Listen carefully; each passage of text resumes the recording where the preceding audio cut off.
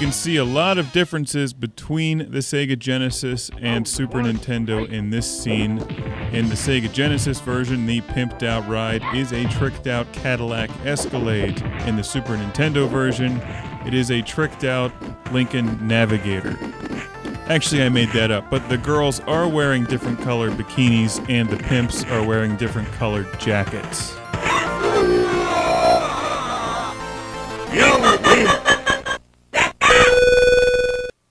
Round 2, fight! Take a full screen look here in the Super Nintendo version.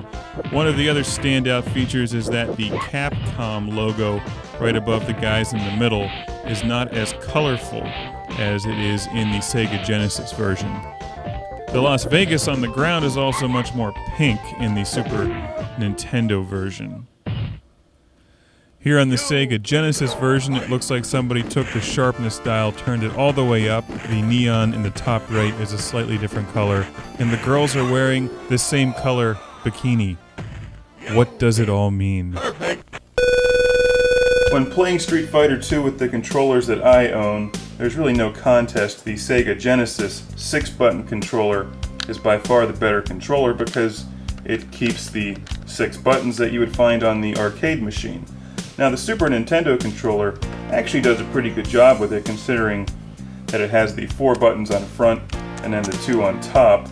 I find that the button on the top left is difficult to use, so both of these games give you the ability to set what actions your character does to specific buttons.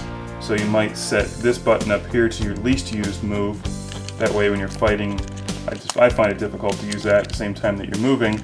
Whereas this button up here, it's pretty easy to use.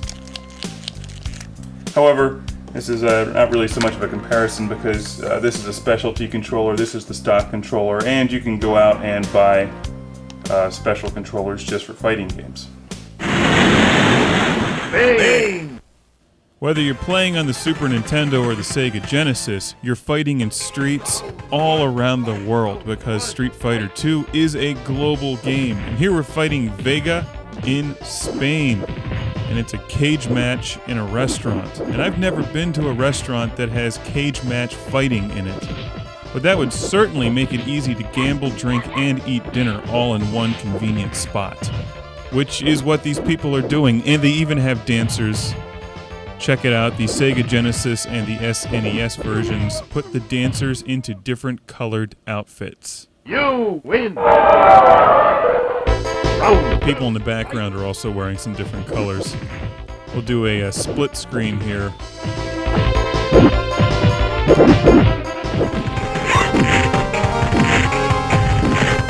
Where you can see some more close-up details on how the graphics differ between the two different game systems.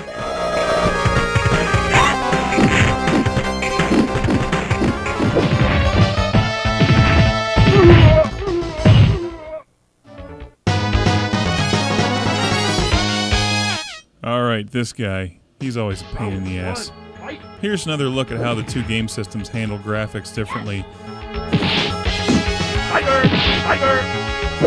With the Super Nintendo being much smoother and the Genesis having much higher contrast and sharpness.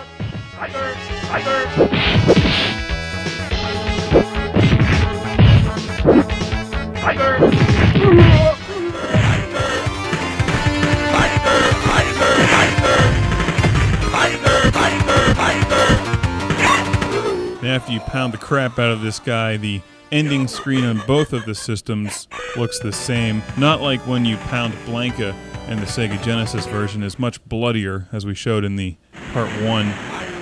Here we get to M. Bison, who has a different colored cape depending on what version of the game you're playing. Round 1, fight! And also on the left side of the screen there's this building, and you can see it has steeples or something on it, and they stand out a bit more in the Genesis version than they do on the Super Nintendo. So, what is the final verdict in this classic game room review of Street Fighter II vs. Street Fighter II? Which version is better?